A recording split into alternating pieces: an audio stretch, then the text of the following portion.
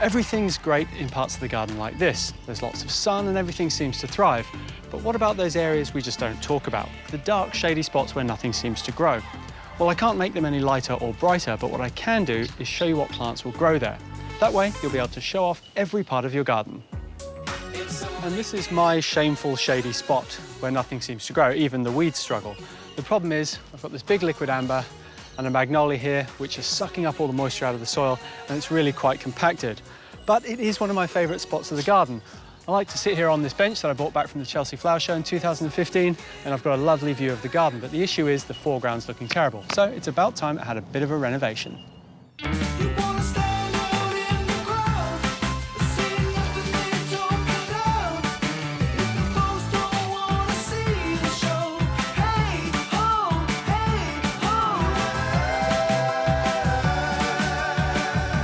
So of course I go to plant out my dry area and it starts raining, but I am going to use this to my advantage. So I have noticed that this soil is really dry and a little bit hydrophobic. That's where bacteria coats the soil and no water can get in. Now, rather than putting compost and new soil on top and mixing all that bacteria through, I'm going to use a soil wetter now, which is going to break it all down, and then when I add my new compost and new soil, it's going to bring the soil to life.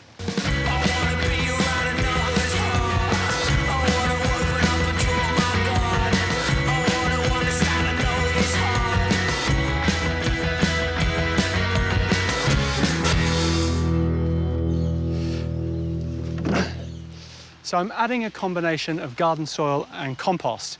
The garden soil is going to help bring it up to the level of the steppers and get over the exposed roots, but the compost is going to enrich the soil, which is going to help it to hold on to nutrients and water. And what that means is we're going to have a larger plant palette to play with.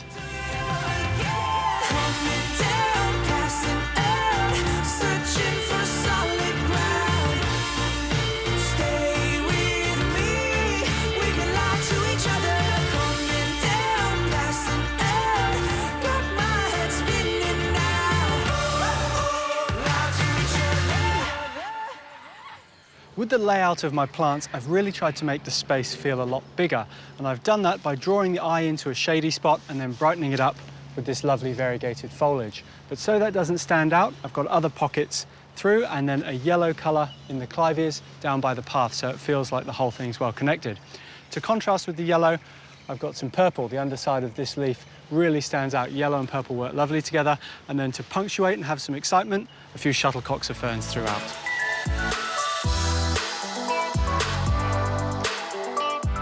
I've used two different types of plectranthus in this garden design. This variegated one and then this one called Mona Lavender.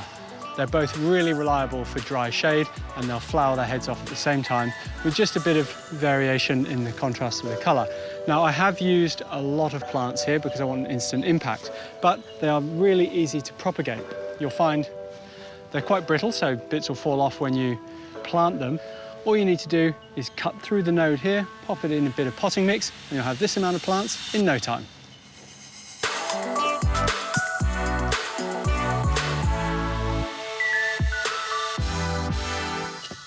Another proven winner for a shady spot is the hellebore or the winter rose. Now in Australia, this will flower at the end of winter or the beginning of spring, and it's perfect for planting under trees. With most of the varieties, the flowers hang down, but this one, they face upwards. So as I walk down the path, I'm going to see these lovely red blooms.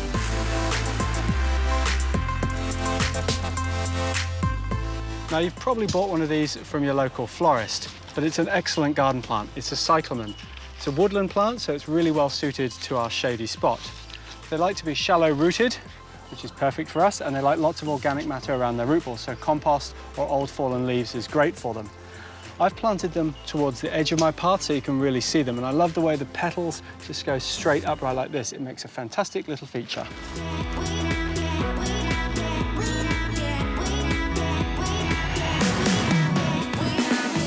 There's a few different options I had for mulching this garden. If I'd used a compost, it would have been really dark and black, and when the leaves inevitably fall from these trees, it would look messy. So I've selected a bush mulch. Now this is a combination of wood chip and leaf, so when the leaves do fall, it's not going to look out of place. So with all the plants in the ground, we've completely transformed this underused area, and the thing I like most about it is there's always something to look at. In autumn, there's the plectranthus and the cyclamen. Then in winter, we'll have the hellebores. In spring, the clivias are going to shine. And then in summer, it'll finish off with the oak leaf hydrangeas. So there's always an area you can appreciate.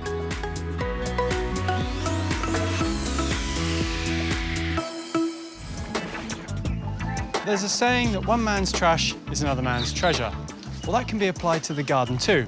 What some see as garden waste can in fact be garden gold. Of course, I'm talking about compost. Well, what is compost?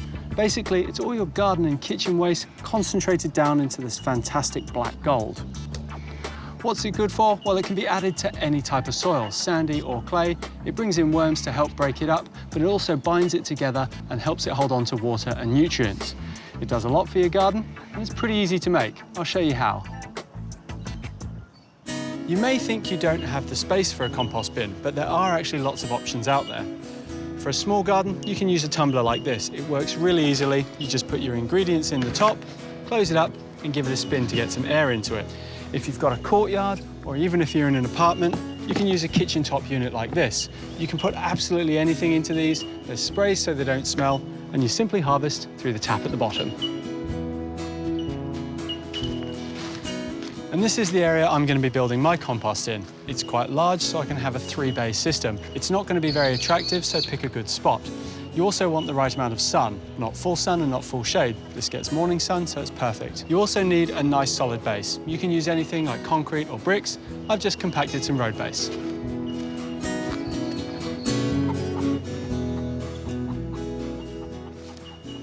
For our 3-bay system, we're going to need something to hold all our compost in. You can use anything really. You could build it out of brick. You could even use some tin, but I'm going for trusty old pallets. They're nice and cheap, they're easy to come by, and they're perfect because they allow airflow through. But because of the gaps to allow the air in, that also lets the compost out. So I'm just lining them with this Avery wire so we get the best of both worlds.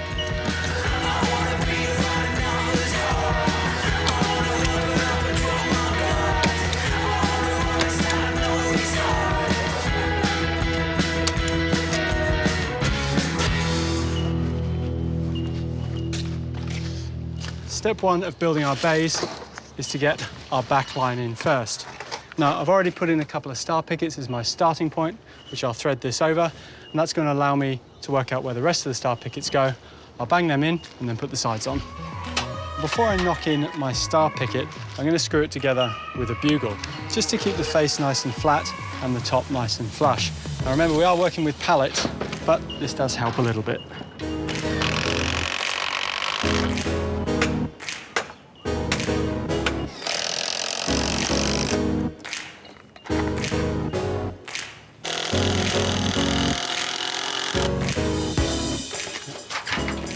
For our middle dividers, I've wrapped both sides in the Avery wire.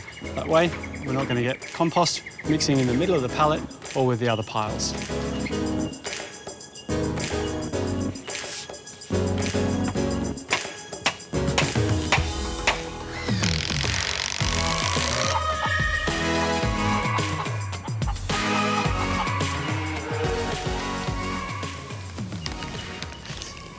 Once you've got your bays built, it's time to get into cooking up some compost, and there's a general rule. You need 2/3 brown stuff and 1/3 green stuff. So what is the brown stuff? Well, the brown stuff is stuff like fallen leaves, like this.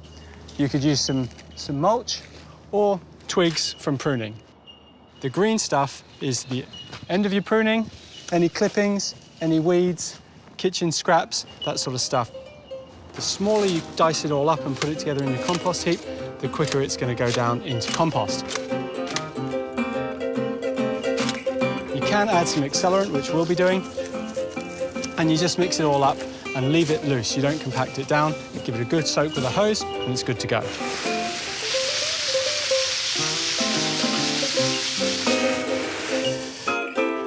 Now that's done, you can add to it with anything else that you want from the garden, but every 2 to 3 weeks, you need to turn it. So it's going to compost from the middle, and you want to take the composting stuff in the middle and get it to the outside.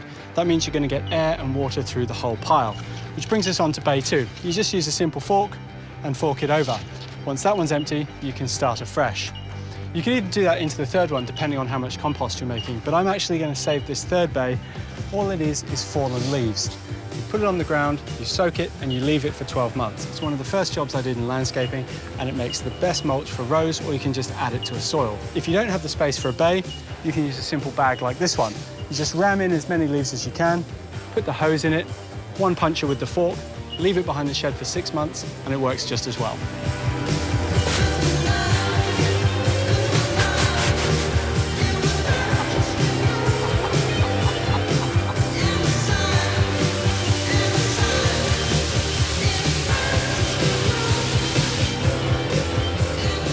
A couple of good tips for your compost heap are try and keep bread and meat out of it. It's only going to attract vermin. And if you're using something like grass clippings, that's really high in nitrogen, lots of green, you need to balance that out with some more brown stuff, and shredded newspaper is perfect for it. So if you follow all of these rules, you should have some good usable compost in about 3 months.